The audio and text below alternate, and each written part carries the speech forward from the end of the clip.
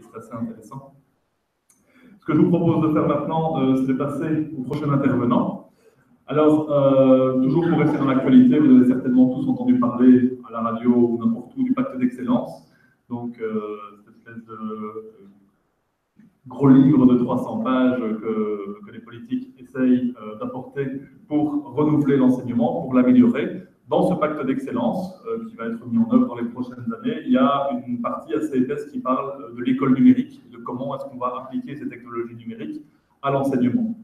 Et donc, on voit ici que le numérique a pas mal d'impact aussi sur tout ce qui est enseignement, innovation pédagogique. Et donc, je vous propose d'en parler avec M. Marcel Lebrun, qui est président de l'Association internationale de pédagogie universitaire, qui est très connu dans le milieu. Je l'invite à prendre la parole.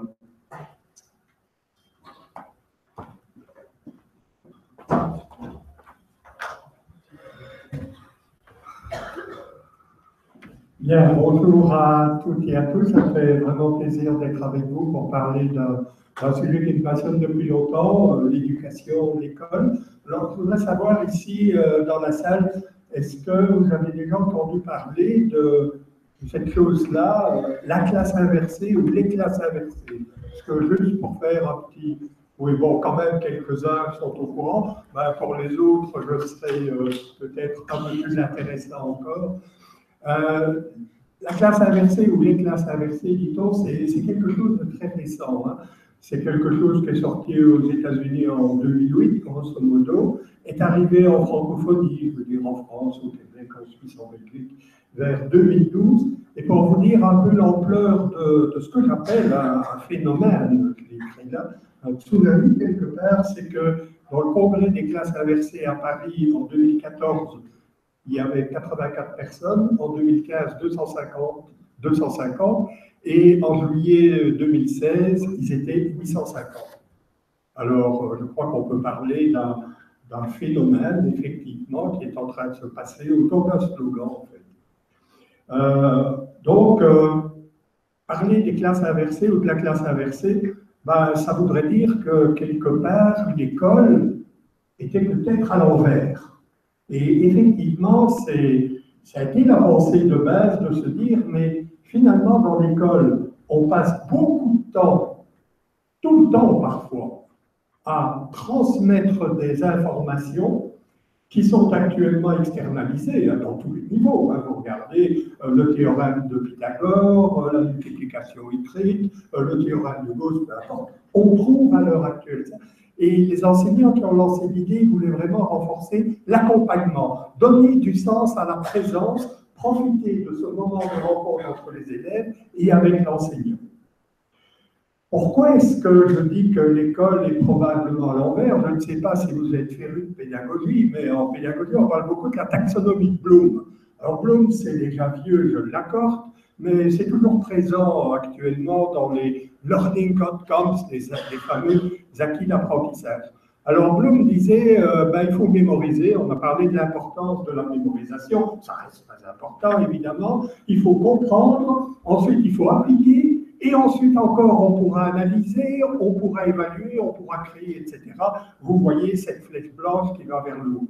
Eh bien, dans l'école, et depuis des siècles, je dirais, je pèse mes mots, l'invention des universités, on a quand même parlé de l'enseignement ex cathedra. Oui, bon, d'accord, à une époque où le livre était rare et la tradition était orale, ça se justifiait peut-être, mais 6 siècles après, c'est un peu difficile.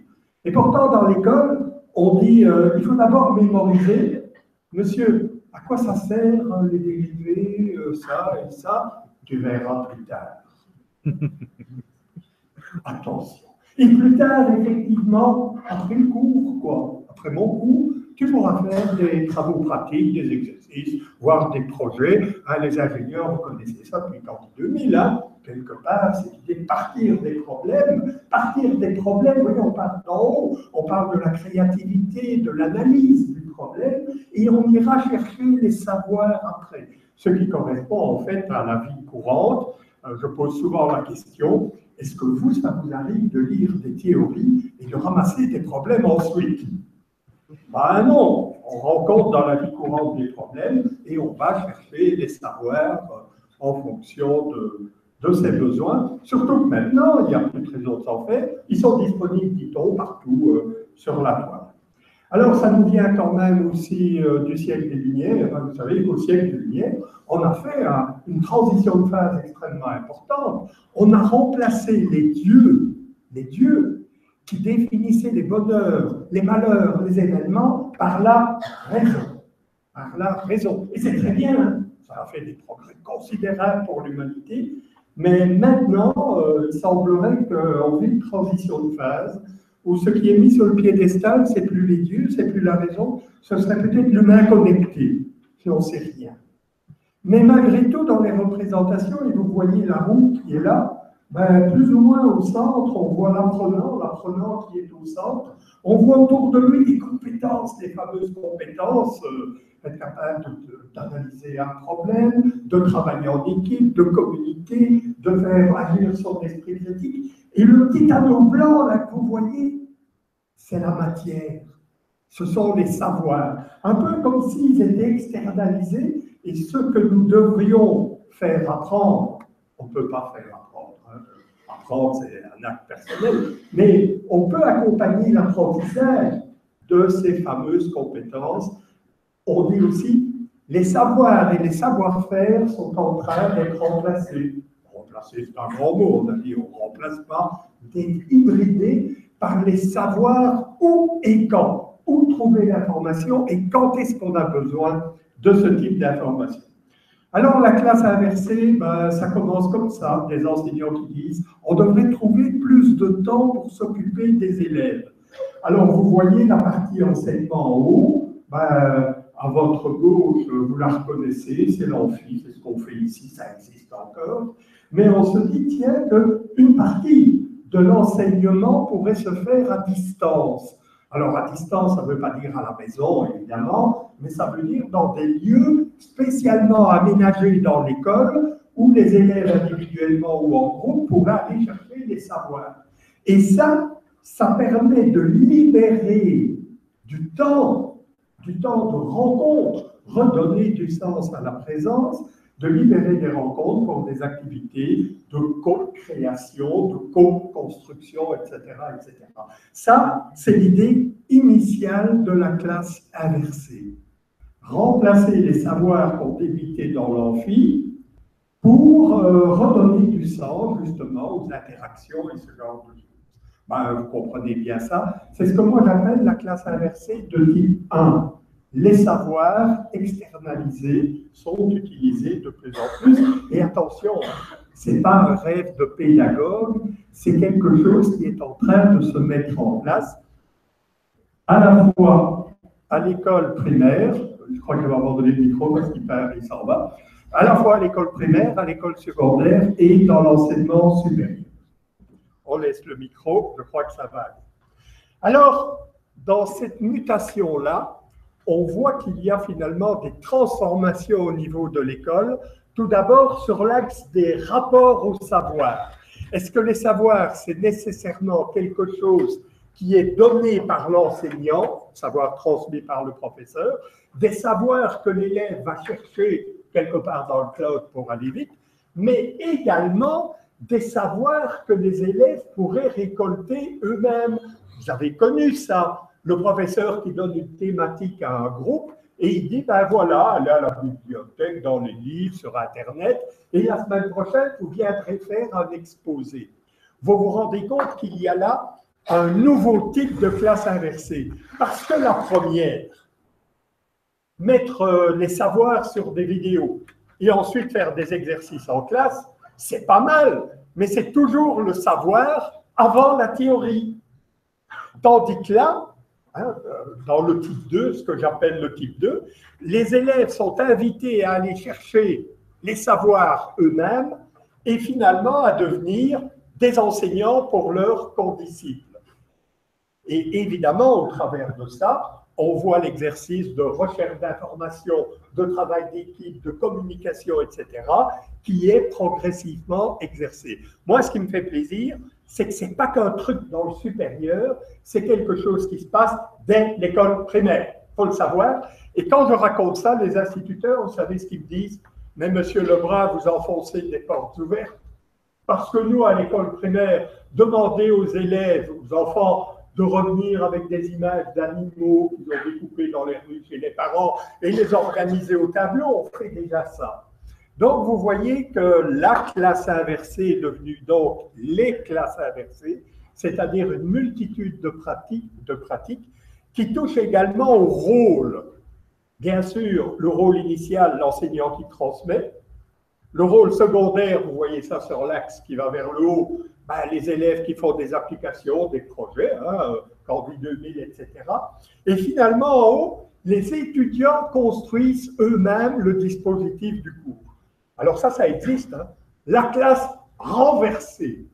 Les étudiants d'un groupe préparent les examens pour leurs condisciples, un autre groupe pour leurs condisciples, etc. Autrement dit, les élèves deviennent, les étudiants alors, dans la classe renversée, deviennent vraiment des créateurs de dispositifs. Moi, ce que je dis toujours, dans la littérature, on nous dit que dorénavant, nous allons devoir apprendre à apprendre toute la vie durant, et je pose cette question un peu naïve avec un clin d'œil, mais qui seront les enseignants? Les mêmes.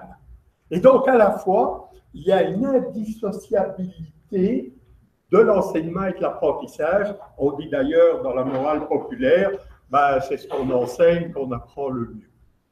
Pour terminer là-dessus, ben, je vous dirais que tout ça n'est pas très nouveau.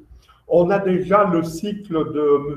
Kolb qui disait, je termine là-dessus, ben, on commence généralement par des expériences, du vécu, quelque chose qu'on ne comprend pas.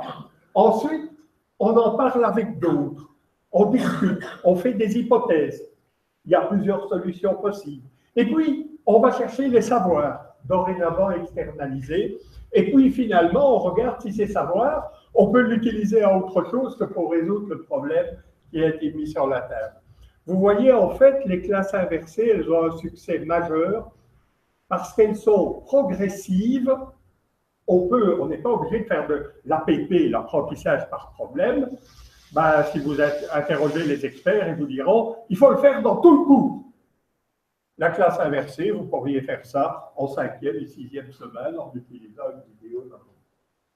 Et donc, ce caractère progressif en fait une innovation. Je n'ai pas beaucoup parlé du numérique, en fait. Mais il est partout présent. Il est dans la pensée numérique, finalement, c'est un état d'esprit où finalement l'intelligence interligurée, être capable de faire des liens, ben, se construit dans les interactions entre les élèves dans la classe. Et c'est là qu'ils doivent apprendre à s'approprier finalement ce type de culture numérique. Merci beaucoup.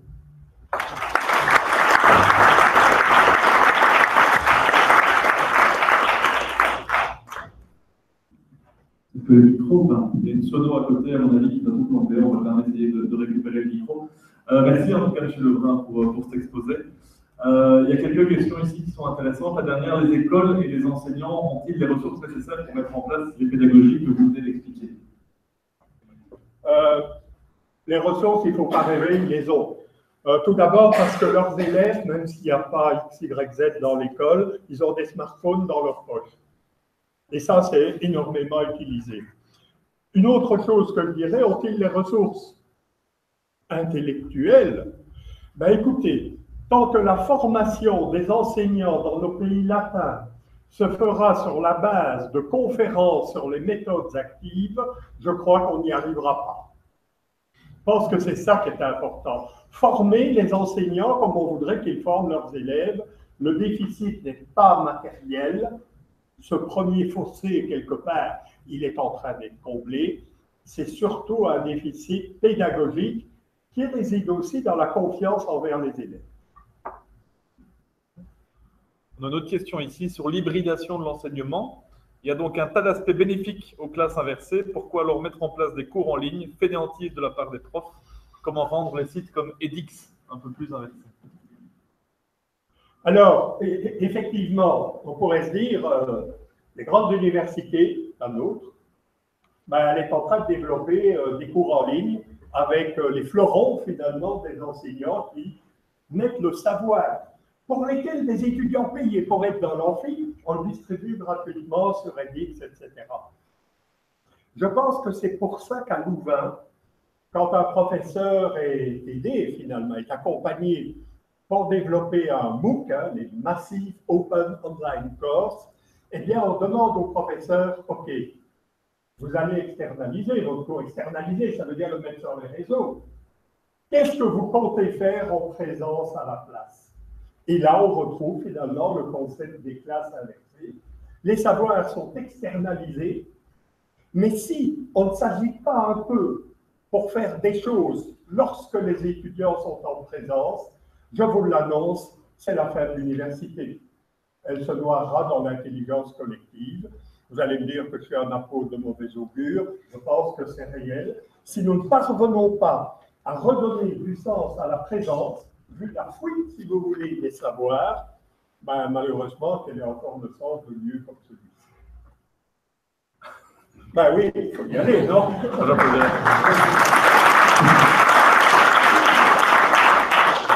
C'est une belle conclusion. Donc on va rester là-dessus.